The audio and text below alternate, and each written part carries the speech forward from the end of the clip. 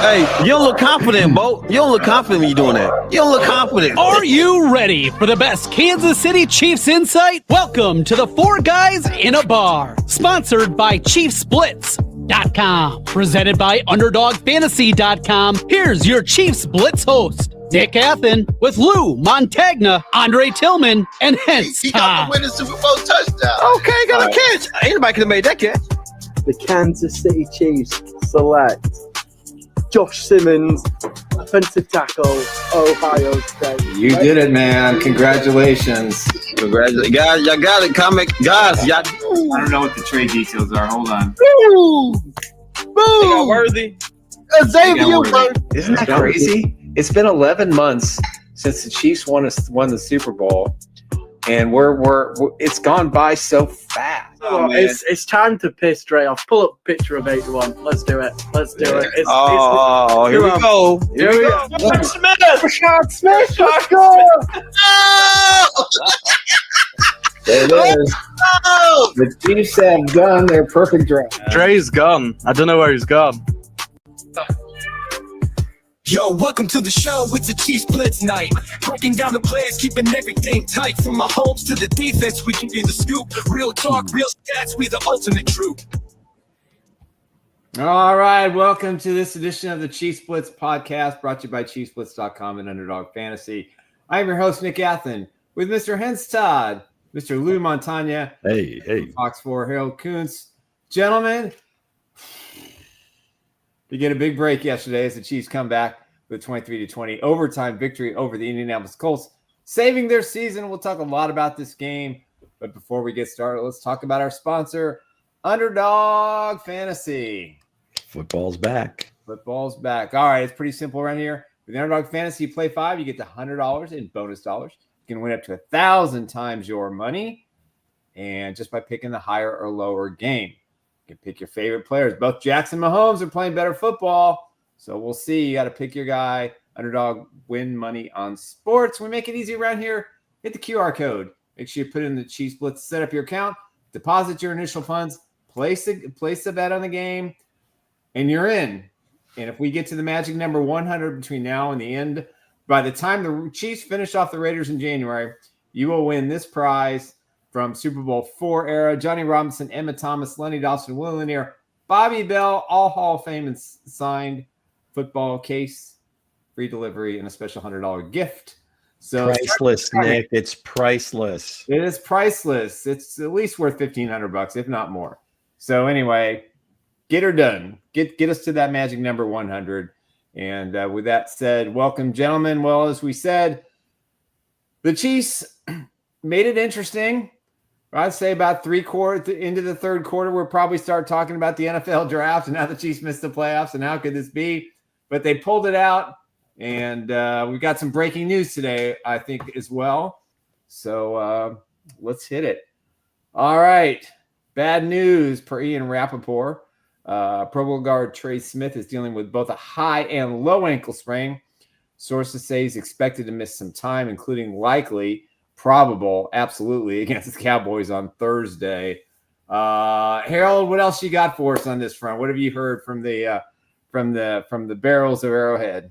You knew it wasn't good when he went out at half, and they said immediately he was out. Yep.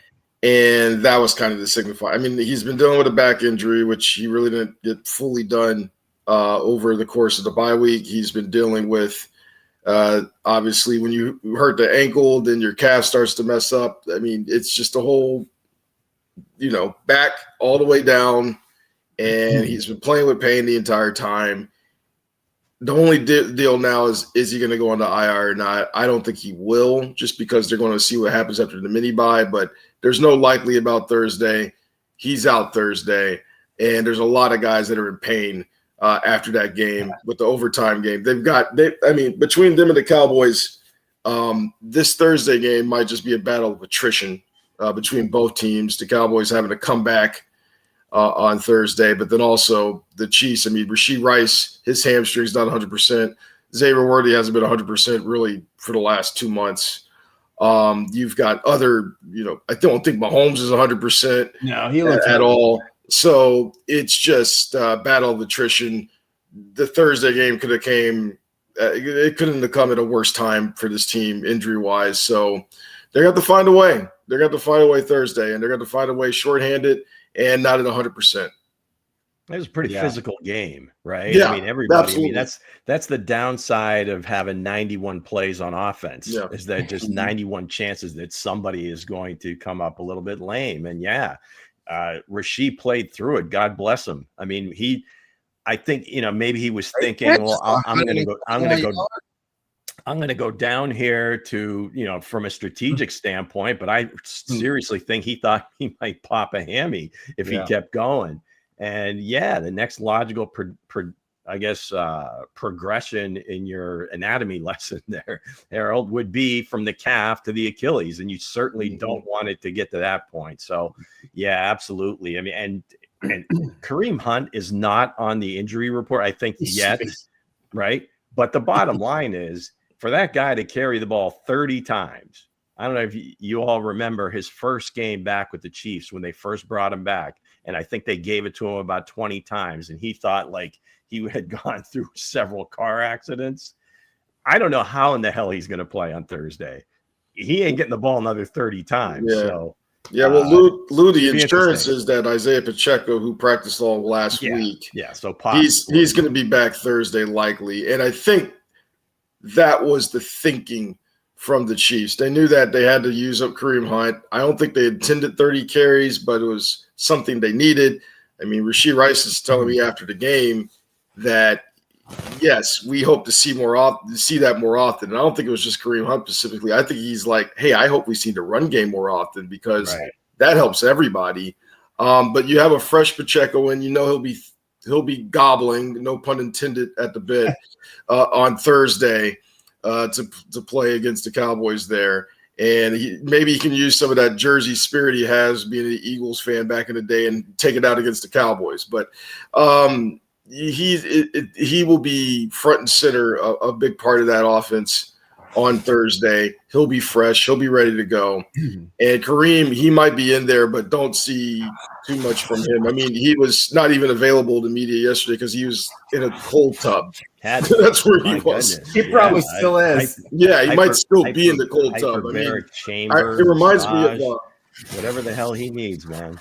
Yeah, it reminds me of when San Antonio, when Greg Popovich used to put Duncan and Ginobili and Parker on the injury list and just wrote old next to them.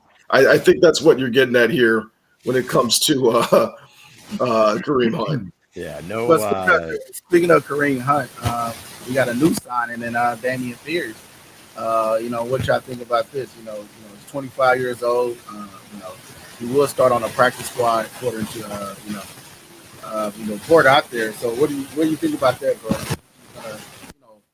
Come in and probably contribute to this team. He got the speed, he got the burst, he got the vision. Him coming from Georgia, not Georgia, but the Gators, right? Florida Gators. Yeah, Florida Gators, and he looked like he could be the Chiefs back that they missing, right? A guy that can hit the outside, can take, got the juke move and the speed and the power. What do you think about this? To me, as a rookie, he was like Kareem, but obviously younger. So I think it's very much the same version. He's powerful runner.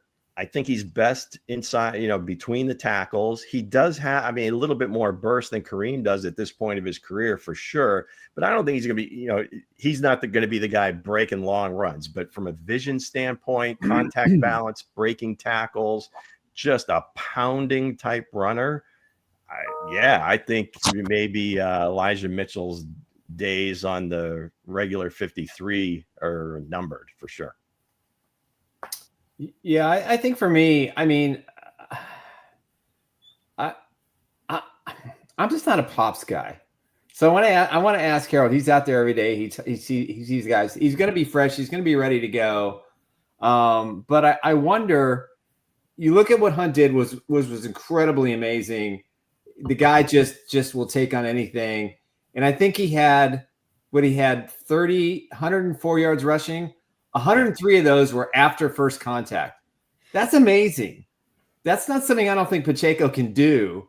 So what does Pacheco bring? And then if you look at Pierce, which Pierce are we getting?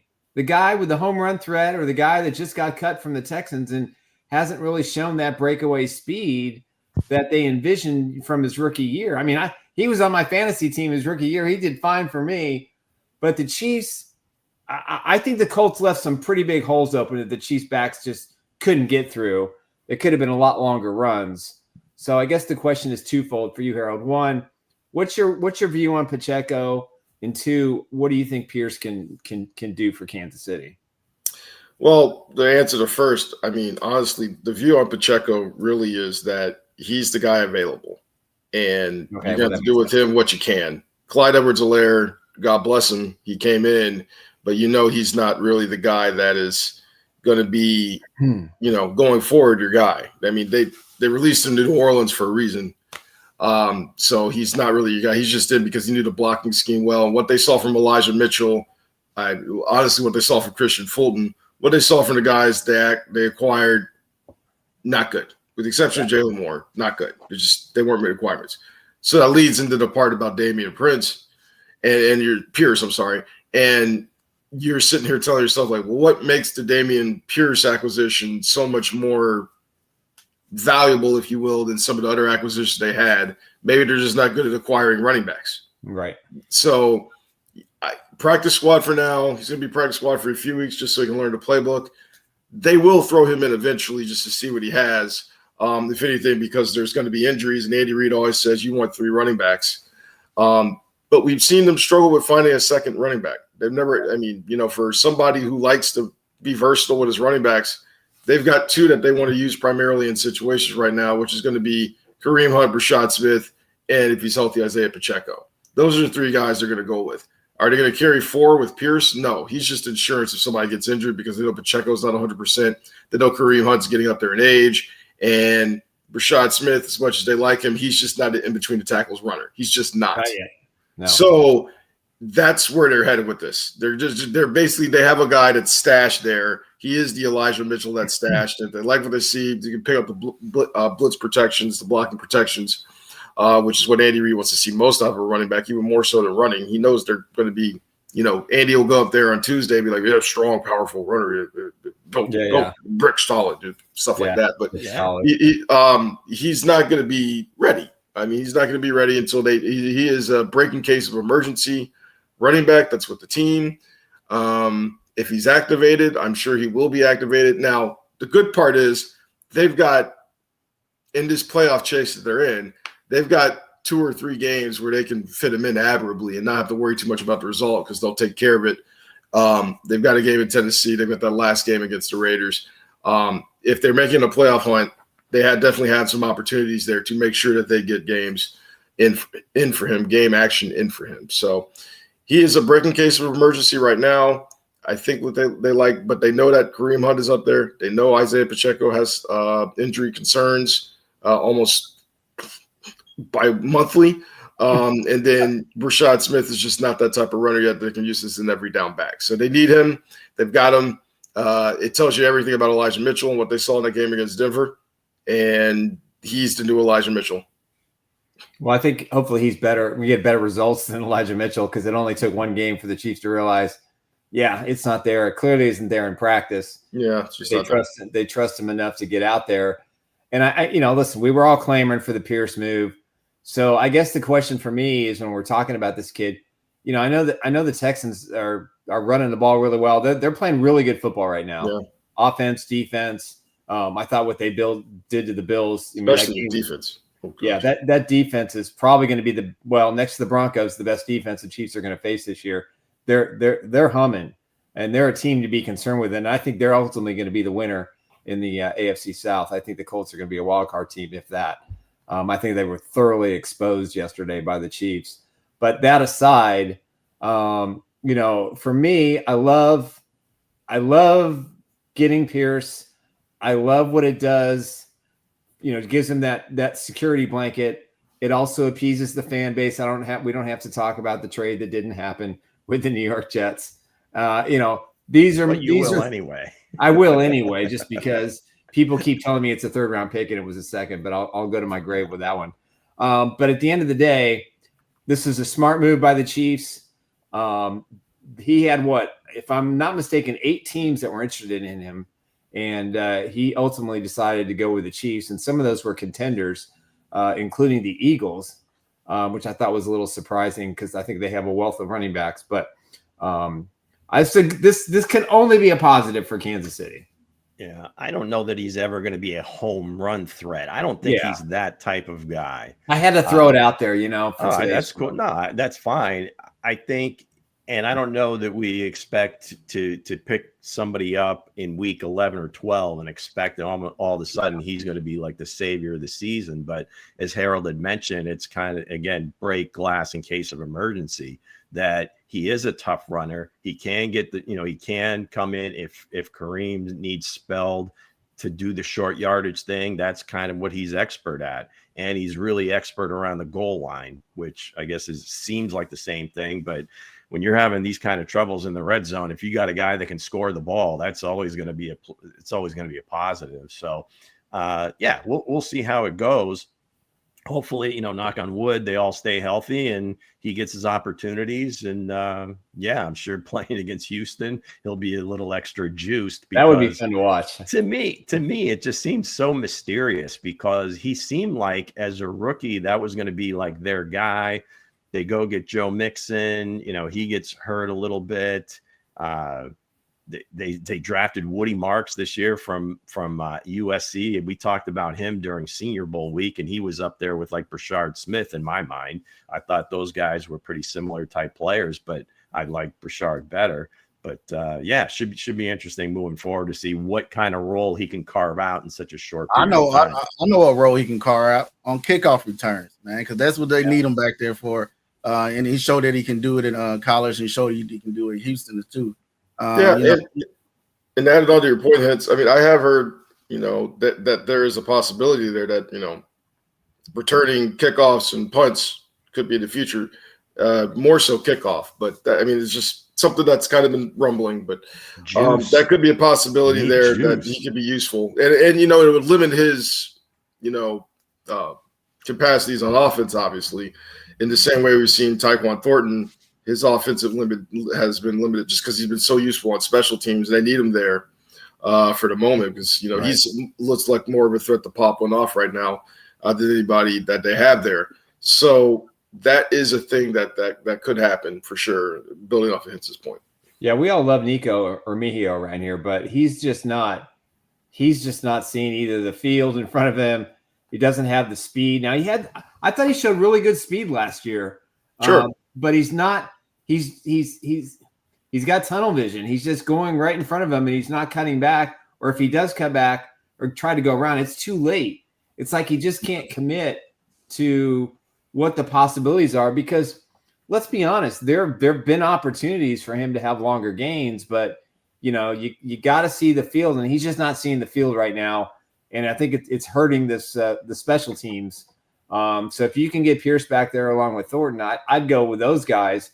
At least you got speed and the potential to maybe get out to the 25-yard line, on a punt that's, that you catch inside the 10.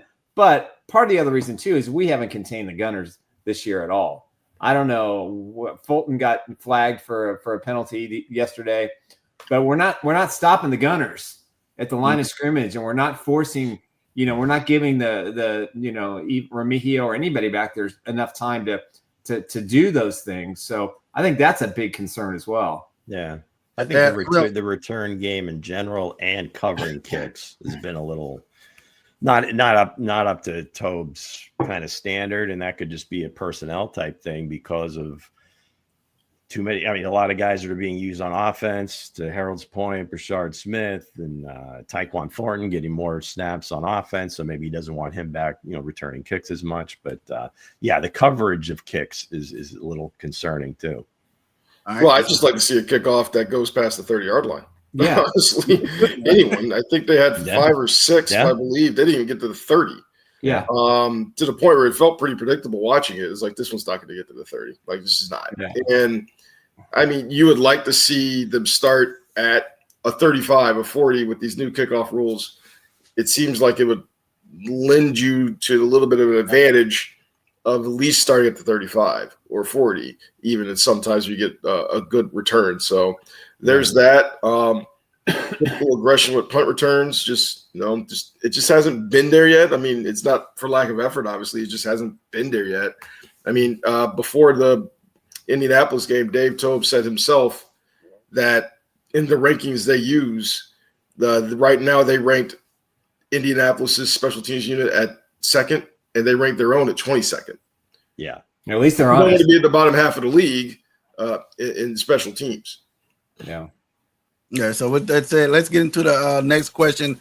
How was big this win against the Colts on Sunday? Luke. Go ahead, Luke. Well, obviously for playoff chances, it's massive as far as in the standings. And then just looking at the team and confidence and say, yes, we can win a one-score game. We can make plays at the end of a game to kind of get us back in it, to get us, to cross the finish line. Mm-hmm. So it was huge. I don't know if I agree with your headline here, handed a lifeline. I thought they took it, but that's okay.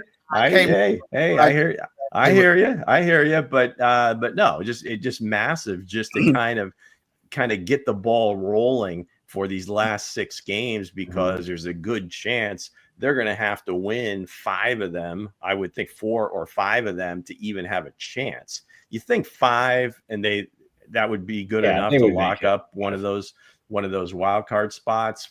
4, in other words, 10 wins. It's going to get a little dicey, especially, if you tiebreaker against the Jacksonville or somebody at the Buffalo, somebody like that you've lost to. But no, absolutely massive. What about you, Herb? It's funny you mentioned the tiebreakers. It's kind of funny how you need Houston to lose a game, but you also probably need Houston to win the AFC South because you have the tiebreaker over Indianapolis. Yeah, right. Yeah, in the bag. Now you get the tiebreaker over Houston, then you don't care what happens in the AFC South. But you have to take care of your business on the field. But yeah, that game was essentially, all right, we're still alive. And they still would have been alive mathematically if they would have lost the Indianapolis game. But at that point, you can't afford an AFC loss. The only loss they could really afford to take right now is the one Thursday, because it's an NFC team. They need AFC wins. That's where the conference record is lacking right now. Those are the wins they need desperately, because they have the win over the Lions, they have the win over the Washington Commanders, they have the win over the Giants. So 3 of their 6 wins right now are NFC wins. So they needed the AFC wins, and that was a big one. I think the Colts are still a good team. I think they got out to a great start for a reason. They took care of their business early in the year when they were playing some opponents that may not have been the greatest, but they took care of the business. That's why they had the record they had, and they had a running back that was over 1,100 yards. But seeing that defense get 4 straight 3-and-outs does give me the confidence that they needed to turn it up a notch and get a little aggressive. They will. It also was good to see a team that was known for making championship style plays make championship style plays, make title winning plays that we've come so accustomed to.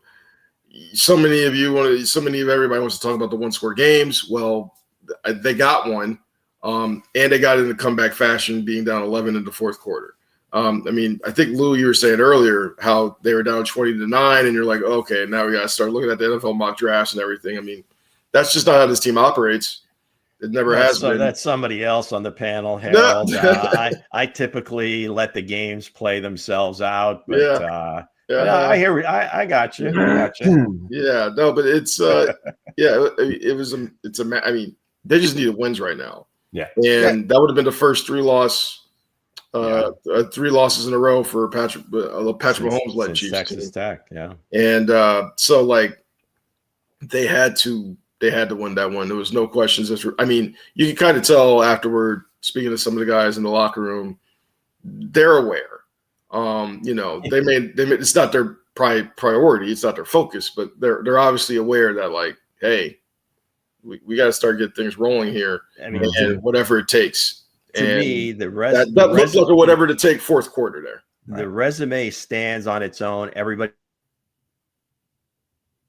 Yep. Lost him. but to actually do it on after not doing it for a few weeks, I think that was the massive part too. Yeah, I think this is a big win for the Chiefs over the Colts, because you looking at it, man. The Kingsley is playing good. You know what I mean? You're looking at him. He's turning into looking like a good guard is out there. Also, Rashee Rice is looking like the golden jacket kid that I called when he was drafted. Right, the golden jacket kid. He looked like 8 receptions for 141 yards. If he didn't make those catches on Sunday, not so much last week. You know what I mean? I don't think the Chiefs would be winning this game, because big moments where they needed him. Yeah, he stepped up real big. And also everybody, was overlooked as well was that 2-point conversion that Rashee Rice had as well. You know what I mean? As well. So, and also Kareem Hunt, we mentioned earlier, with the 30 carries for 104. How about the launch over the top into the end zone? Right. I didn't think he had those ups. Hadn't seen that before. Looking like Priest Holmes back in the day. It looked alike. Marcus Allen.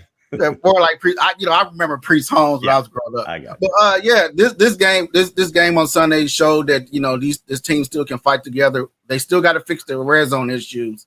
There's too many deep routes in back of the end zone that I've seen. You know what I mean? You got to keep run your fast guys up underneath. Then you use your bigger guys in the back of the end zone like Travis Kelce. I don't know what's happening with Jared Wiley, maybe Harold. I'm looking for him. Red shirt year. Red shirt year for him. But he's still on the 53, right? Yeah. He's not on injured. He's not on injured reserve. He's not on any special list. Yeah. So that's injury he's coming back from. So a little strange one. Yeah, I understand. So that's why I thought maybe they'd have him on IR or something like that. They may end up putting him on IR if they designated for return. Mm-hmm. Well, let me go ahead, Nick. I think for this game overall, you have to look at it and you have to say, okay, it's a big sigh of relief. I mean, I think Harold can back me up on this. They, as he said earlier, they know what's ahead of them. They know what they have to do. And there was a sense of urgency in the way they were talking. And there was some thrown under the bus between the head coach and the quarterback at the podium too. Very subtle things. But I think they needed this win to just take a breath and say, okay, we got to start with one. Now they can work on, okay, let's go into Dallas on a short week. Let's just give it what we got. We know we got a little time off. We got 2 straight at home. We're in this thing. I think it was big for their mental psyche more than it was for anything else. And it also quiets the noise. I can't imagine how difficult it is with all their success, how sometimes these people have to perform at home because the expectation level is unconscionable. It's like nothing we've ever experienced in Kansas City in any sport at any time, any era. I mean, this is kind of what it was like in New England and with Dallas and San Francisco and Pittsburgh and all these other dynasties. But the pressure now with social media and everybody wanted their 15 seconds of fame and saying all these things, me included. But the pressure mounts with each one of these difficult losses and these struggles. But this one to me is like, okay, everybody get off our back. Let's just go play football again. Yeah. That's what I took out of this game. And that's what I think you're going to see. This football team is going to be a lot more focused and a lot more in rhythm. And you're going to see more of what we saw against the Colts, but with better results in the red zone, I think. So what do they say? Winning, Coach Parcells, winning is the great deodorizer. Yeah, deodorizer. So you got to go back and look at that because, again, I just looking at the numbers, if you didn't watch the game, again, there's many people that do this. And if you look at the stats, you say, well, the Chiefs won this game by double digits, easy. Colts only had 50 plays. Yeah. Yeah, well, Jonathan Taylor had 50 yards. I mean, outside of a 27-yard run, he had like 30 yards. So, where did it go wrong? Turnover at your own 5-yard line, turnover going in, penalty on a touchdown. I mean, just little things, and then not getting in the red zone, getting in the end zone. But the great deodorizer is the win, but I'm sure they're mindful of that. And these players are smart enough, have been through plenty. So let's go. All right, let's get to the next question, Nick. Did anyone make a bigger impact on the defense than Chris Jones? Listen, he didn't have a sack, but that guy balled out. That was, double teams. The play that he made on that 3rd and 1 to stuff that run, the way he looped and let open took both defenders, and Jude Tranquil fills the gap and punishes Jonathan Taylor for a loss. And those are things that for us we pay attention to, but the other, he got in the grill. They didn't have a sack, but they put pressure on Daniel Jones on those 4 consecutive series where they held him to basically 3 and out. And he was on the sidelines too. Well, with what we could see, Harold, you had a better view than I did, but you could just tell he was animated. He knew they could not lose this game. I think he kind of helped Patrick Mahomes, who probably felt a little down at times. And so I don't think we all say he's old, and he probably's not going to get double-digit sacks again the rest of his career. But if he plays like that, and somehow, some way they can get help in other parts of the line without it being a linebacker, I think this defense can go a little bit further than what they showed yesterday, which to me, you had Chris Jones and 10 other glue guys, and they held it together. And I was impressed with his game. I thought he was the hero of the defense, and more of that, please. I have to say Watson, man. Jalen Watson, man. Hey, 35 is out there playing like a Pro Bowl corner. He's out there playing like, he know his contract is up, where he up. His contract year is undefeated. You know what I mean? Hey, the kid is out here playing ball. He's looking like an all-pro corner. You know what I mean? He's out there, him and Trent McDuffie. Would the Chiefs sustain him next year? I think they should. You know what I mean? Give him the contract. See work. He got the height and the size and the speed. He's out there playing impactful ball. The knockdown on big 2 plays that he did as well. So I say that has to be the other bigger player that made a bigger impact on the defense as well, along with Chris Jones. Harold, what do you got? Sure, I guess with Jalen Watson, but yeah, Chris Jones was I'm going to be polite to you, Hense, but no. That's not knocking him. He played well. You keep looking over your shoulder. That's not knocking him. He played well. It's not knocking him. He played well. He came up with some key contributions for sure. But I mean, it all starts at the front. And Chris Jones, I harken back to when I think they released the Chris Jones rules when they were in St. Joe. And they basically said, like, well, Chris Jones can just wreck a play anytime he wants to. So we had to make a rule that, like, you can't – once you get past the line of scrimmage, you have to stop. Well, thankfully in the NFL, you don't stop once you get past the line of scrimmage. He was doing a lot of getting past the line of scrimmage, which, of course, as you know, opens up the linebackers to get there. I mean, that Drew Tranquil play was a Chris Jones play. Right. In overtime. There's a few other plays where Chris Jones you'd see him in the backfield just like that, just like the Chris Jones of old, knowing full well that he liked his matchups right there. He really took advantage of the interior too, which was really good to see. And that funneled everything.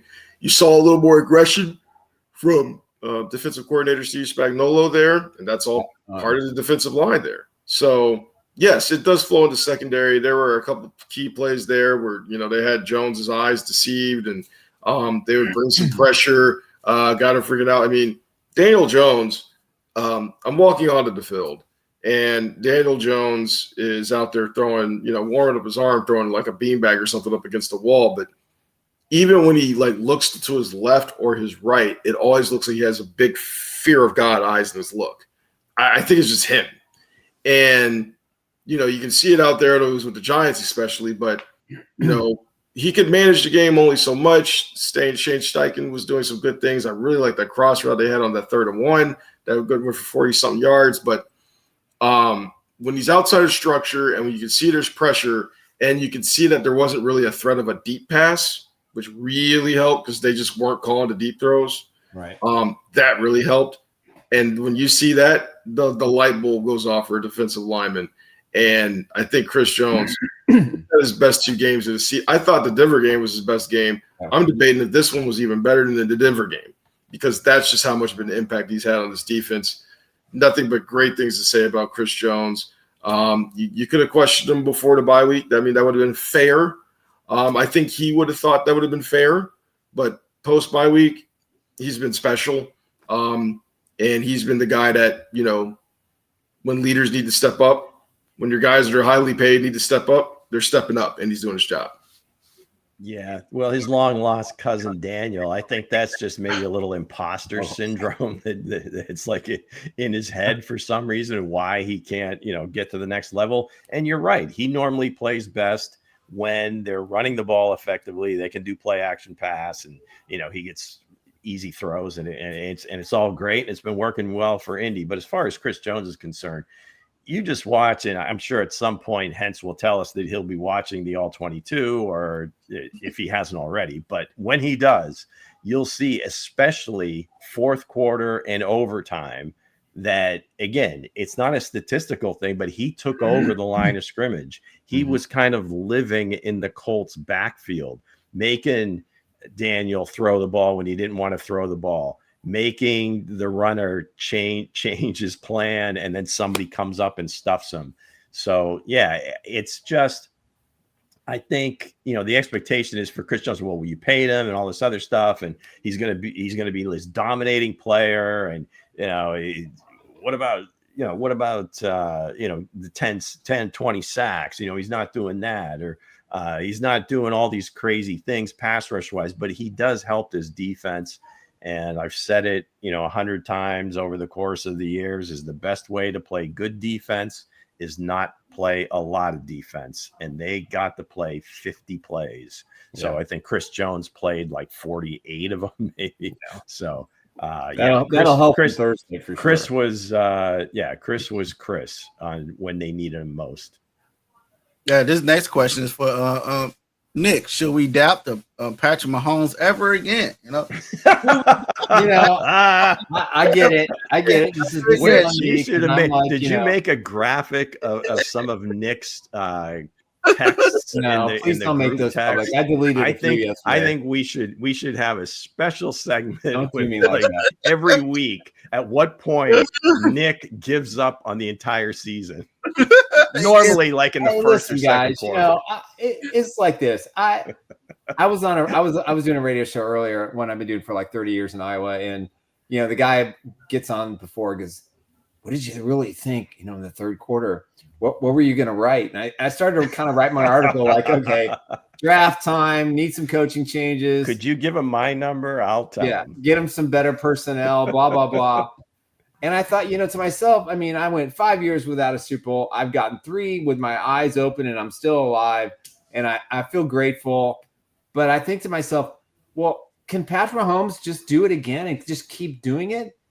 And so I had an epiphany this morning. I woke up and I rewatched part of the game late last night because I couldn't sleep. And I thought to myself, I'm just not going to doubt this man anymore. So I will never say another negative thing about Patrick Mahomes at all, as long as his eyes are open and I can still watch the Chiefs play on Thursday, Friday, Saturday, Sunday, Monday, whatever it is. Clip this. I can't go against him. What he did yesterday was it was incredible, with the pressure of the entire season, with, again, that fan expectation out of control. He's a different person now. He's got 3 kids. He's got everything you want, but on the field, 3 toddlers. In crunch time. Yeah, 3 toddlers. I got 1, and I can barely survive that.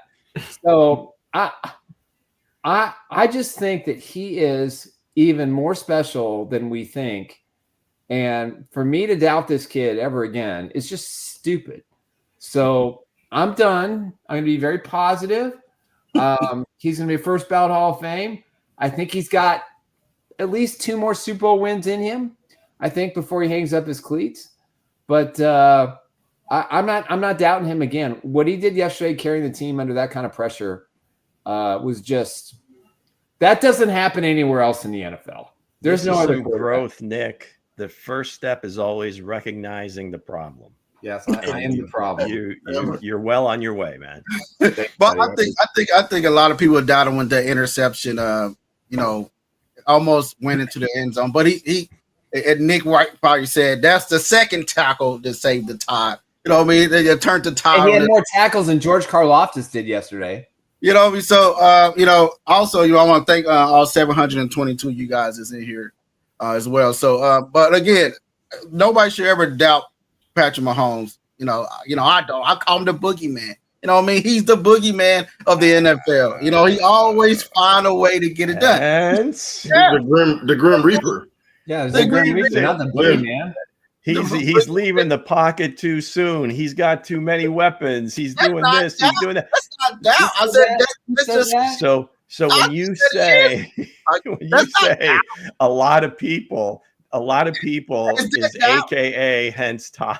I was know. Earl, is that doubt and said, okay, Patrick Mahomes is leaving the pocket too soon, and somebody was teasing, yeah. But that's not doubt. But I was just saying, like, I never doubt him. You know what I mean? I knew we could get it done. Lou said a little bit, maybe a little bit, but you should never doubt it. He always his track record shows that he can actually get this done. 7 AFC championships. 3 Super Bowl wins. His resume goes long as Moses' list goes as long as well. So his list goes long, so you can't never doubt him. I know the people in the chat probably gonna get on me because I'm never going to doubt him ever again. So Nick doubted him all the time. I'm done. No. Don't throw me in that bucket. I don't doubt him all the time. Yes, you do. Well, go ahead, Earl. Did he ever be doubted? I feel like I'm on one of those first things first take, whatever the heck they're called, shows like with this caption here. Should we doubt Patrick Mahomes ever again? I'm like, what? Like,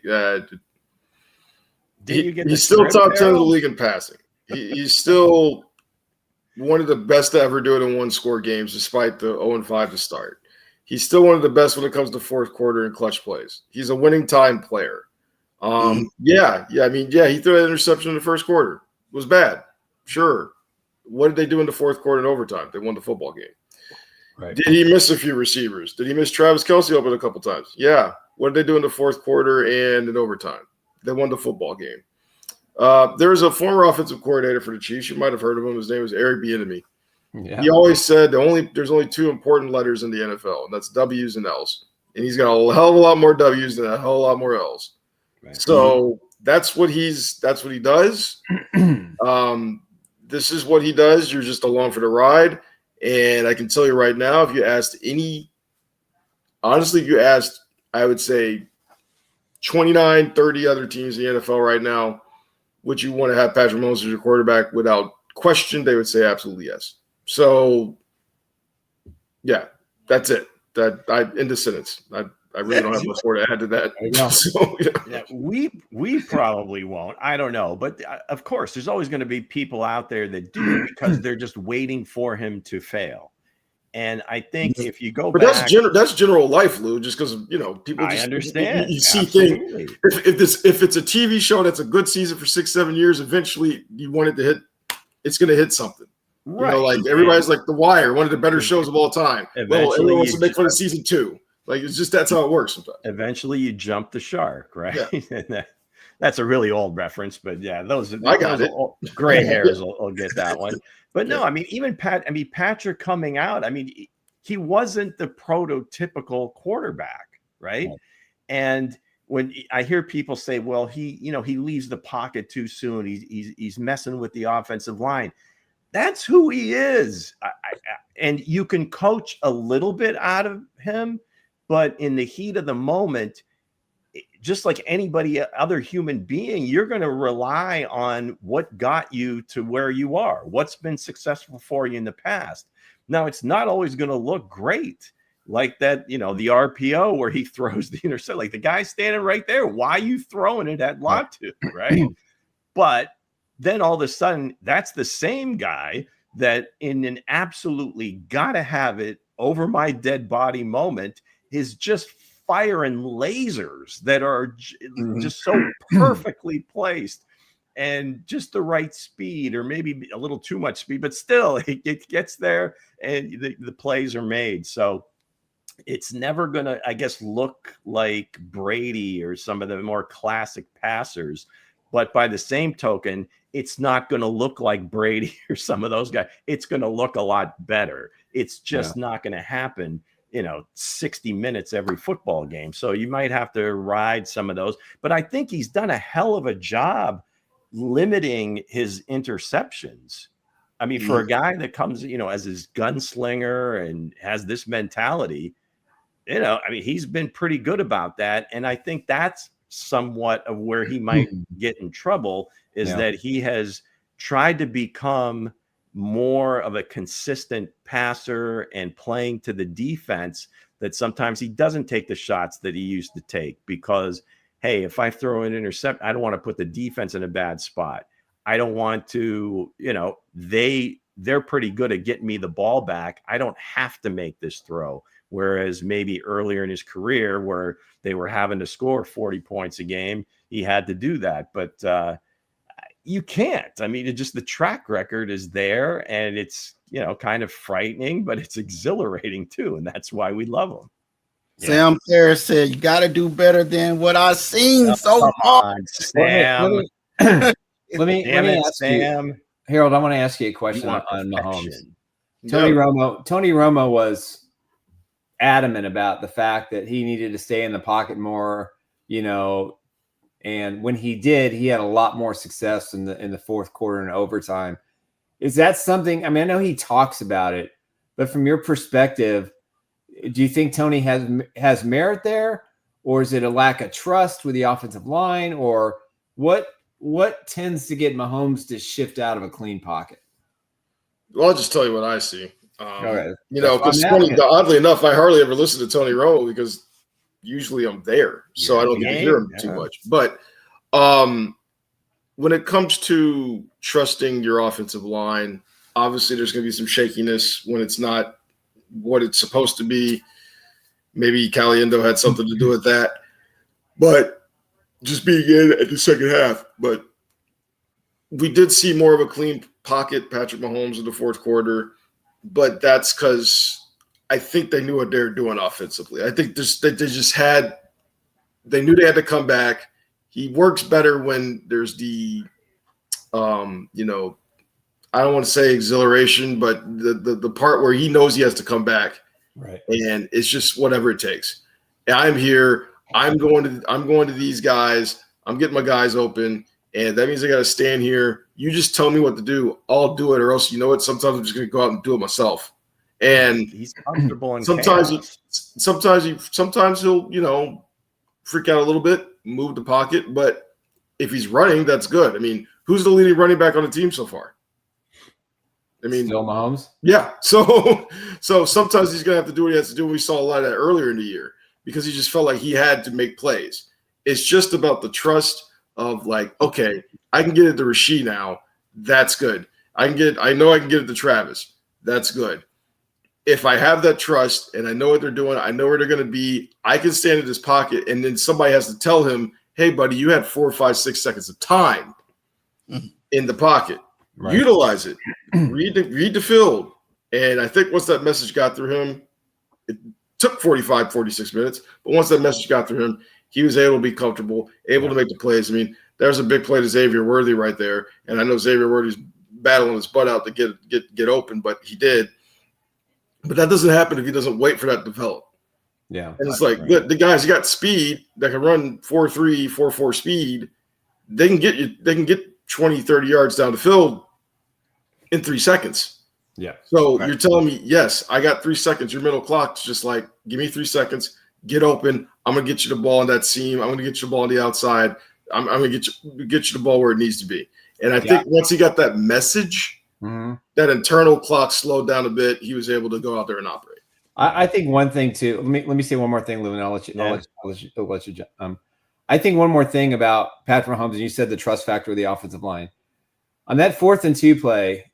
Josh Simmons takes the outside pass rusher, shoves him inside. Yeah, a blitzer loops around, and he gets between him and Patrick Mahomes so he can connect on that 4th and 2 to Rice.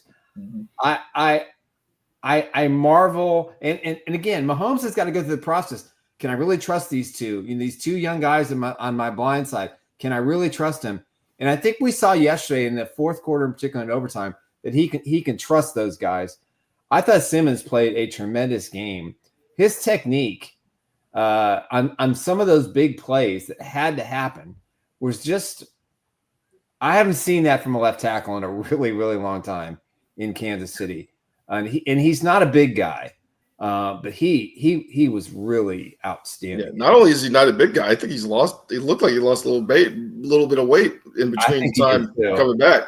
Yeah, and we saw with the one show I think we showed the picture when he came back. Like, yeah, he's normally a pretty athletic guy, but he looked, he did look a little slender. No training table. But no, I was just going to say, in terms of Patrick, I'll go back to what I said originally as far as just what his comfort zone is, and I think he thrives in chaos, and by chaos I mean like the end of game situations where some guys will get rattled or they'll miss a particular read and so forth. As far as what Romo was saying, again, if you dissect every single play and you're watching it from far above, well, sure, if you're the quarterback coach, I would imagine that's what they go through with Patrick during film sessions is, okay, you had a clean pocket here, what did you see, what made you bail, whatever. And I'm sure they talk about it. The other part of it is, and just to be devil's advocate, is I got to believe the Colts defense was pretty gassed in the fourth quarter and overtime. So some of those plays, like Rashee screaming across the field, it seemed like earlier in the game, it was all clogged up. So anyway, no, but Patrick's going to be Patrick, so you just have to live with some of those things. I know we ain't going to have, Hurl on here for Wednesday, but Thanksgiving is coming up. You got the Cowboys coming up on Thanksgiving. Patrick Mahomes going back to Texas, a lot of Rashee Rice as well. Do you think this team still need to turn the table? I know you said if they drop this game on Thursday, they still can probably get it done. It's worried about the AFC teams, but you're still looking at Houston, Pittsburgh, they're still in a hunt as well. They look terrible. They look terrible, but these teams can win out as well. And then also Jacksonville. Do you still think they need the table to turn the table to run the table in the playoff? Yeah, I mean, they want to keep the momentum going and winning. That's for sure. I mean, you need to win games, obviously, but Dallas has the momentum too. I mean, they look like a team who kind of has got a little resilient after Marshawn Nealon's passing away. They're a little more together. I know Quentin Williams is there in the interior, and goodness gracious, if you got him lined up against, it depends on if they want to ship Jalen Moore over, who knows, but you got him in the interior, so it's something to worry about. They are playing with a little more confidence, and I can't think of anything more confident than beating your rival coming back from 21. And they're so used to playing the Thursday game at Thanksgiving at home. Dallas on Thanksgiving at home typically is their best self, just because that's what Dallas does. I mean, we forget there's a trophy after this game. There's the Preston Road Trophy.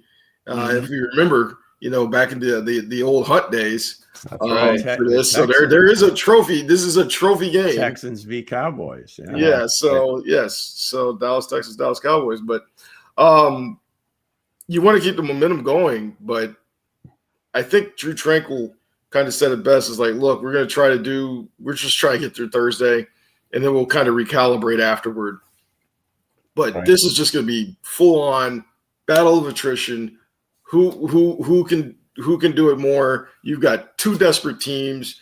Dallas is looking up in the playoff race. The Chiefs are looking up in the playoff race. I'm pretty sure when the CBS suits booked this game, they didn't think they'd be having two teams that are battling for a playoff spot.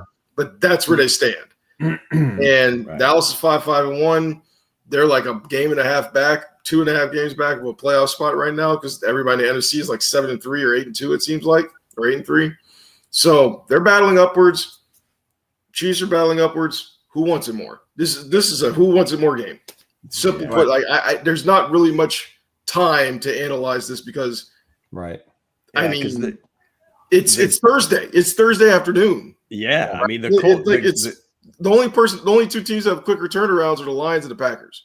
Yeah, so I mean this is big time. It's a big stage, and they need this one. So they got to go out there and get it. at any means possible. They got to go out there and get it because, again, you cannot be looking at a situation where you're 6-6 and saying our best cap is 11 wins when other teams, if they see that, like if you're Jacksonville, if you're Buffalo, if you're the Chargers, if you're the Colts, you're like, oh, the Chiefs, no matter what, can only win 11 wins. I win the next 4, we're good. It's not a good sign. You can't have that. So you need to win. Those teams have got to be shaking in their boots a little bit. This team is coming. If they get on a roll, it's not going to end well for us. But you have to make them shake in their boots. Absolutely. They're not going to be shaking in their boots when they see a 6-6 team. Yeah. I wanted to get your thoughts on this because the last game, it seemed like the defensive game plan was going to be pretty easy in theory. Hey, we got to shut down Jonathan Taylor, and then we try to make Danny Dimes beat us. And obviously they did, and they got it done. This team, a little bit different. You don't just have one number one receiver. You got 2 number one receivers.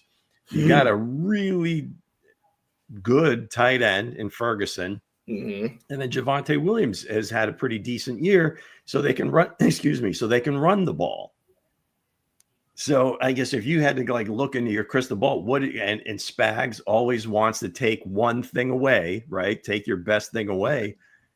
I don't even know what is that best what thing. What did he do? Is it it's the receivers. Is it Pickens? It's Pickens and CeeDee Lamb.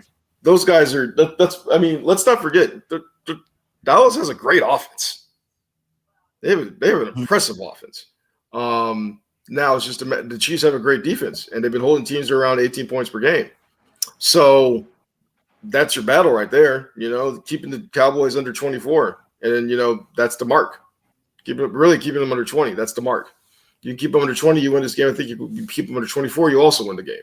Now it's just a matter of taking advantage of a Cowboys defense that has shown leaks. Take the first 20 minutes the Eagles did against the Cowboys. That looked as bad as any defense has ever looked. So do we have to start giving Jerry Jones some credit as a GM? We're getting Quentin Williams. I'll give him some credit. That Pickens trade looks like a steal right now. That Pickens trade is a steal, man. Quentin Williams, who was the linebacker that Cincinnati pretty much just gave away. Yeah. He's been starting now for Dallas and kind of getting those guys lined up. I don't know, maybe crazy like a fox, man. Yeah. All those draft picks. Jerry, let's go. I think the Chiefs still need to run the table. They got to win out because you got Houston. They still got to play Houston and the Chargers as well. But this Cowboys game, I think, is going to be a key big matchup. With the Kansas City Chiefs in the playoff picture, because I know it's the NFC side, but you got a mini bye that's going to be coming off that as well. So try to stay healthy going into that mini little bye. But you got CeeDee Lamb. Hey, don't forget about my guy Blue. Blue is out there in the running back. He doesn't play. I don't know what's happening with him. He play a little bit. They throw him in there a little bit, here and there. But I'll say George Pickens is playing lights out. This is going to be a big task for this defense that's coming up this Thanksgiving. I me, I got the Chiefs winning, but I think they still need to turn it. J. Watt on notice, man. They know. They know. What about you? Two wins in 5 days would be big. Yeah, right? that would be massive. I think what this game means to the rest of the AFC is the Chiefs win. If the Chiefs wins Thursday, then the Steelers and the Texans and the Chargers and the teams that are ahead of them, the Ravens, they know they have to win, or else Kansas City is going to catch. And I think that's what's the most important aspect. If you want to put pressure on the AFC, if the Colts game didn't convince you, you go to Dallas 4 days later, and you come out there with a win. Suddenly they won 2 games in a row in a short time span. They got a mini bye week. They got 2 straight at home, and then those other teams start doing the math that the Chiefs had to do after losing back-to-back games against Buffalo and Denver. So this game will put a lot of pressure on the AFC. Probably the Colts. They play the Texans at home. If the Colts lose that game, they're just one game behind Kansas City, one game ahead of Kansas City, with the, not having the tiebreaker, because the Chiefs have the tiebreakers with the Colts and the Ravens, and that's what we want. But at this point, you got to win and put the pressure on the other teams in the NFL. Yeah. So go out there Thursday and make it happen. The AFC is going to be like insane, because you've got the Ravens going to get Joe Burrow twice, it looks like now. Yeah. The Colts still have to play the Jags twice and the Texans twice. So, I mean, there's 4 huge games just right there. Yeah, not to mention San Francisco and Seattle. And now you also have, the Chiefs playing the rest of their AFC West rivals again, and they're nobody's locked in their position by any stretch. I mean, Denver's got a pretty big leg up, but it's still have to play those games. Bo Nix still has to continue to come through, and he's just a second-year guy. So, yeah, a lot of football to be played. Anything's possible, right?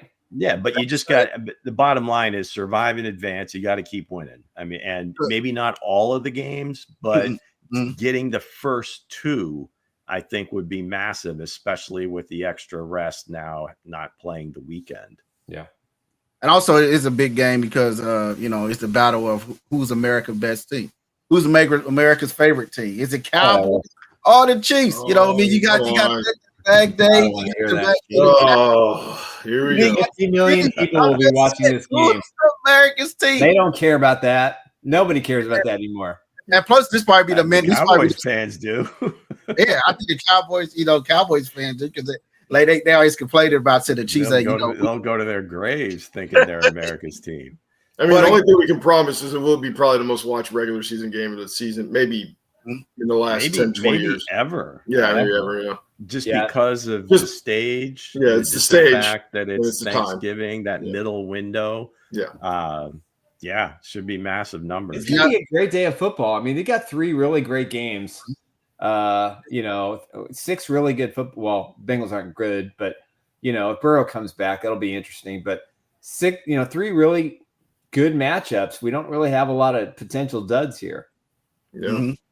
Yeah, because fortunately the Lions are good now, because that was it for years. It always seemed like that first game was a dud, but then occasionally the Lions would kind of make a game of it. But then just to have the Chiefs right. Well, for years you tuned in for the Lions for one thing and one thing only. That was Barry Sanders. Yeah.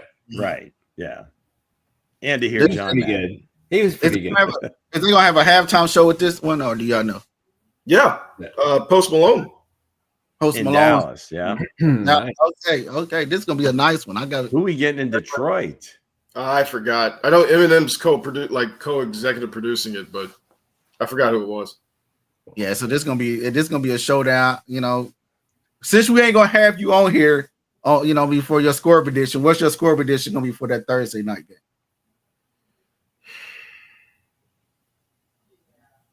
Chiefs will win 31-27. Ooh, close. Close one. Close. Got it.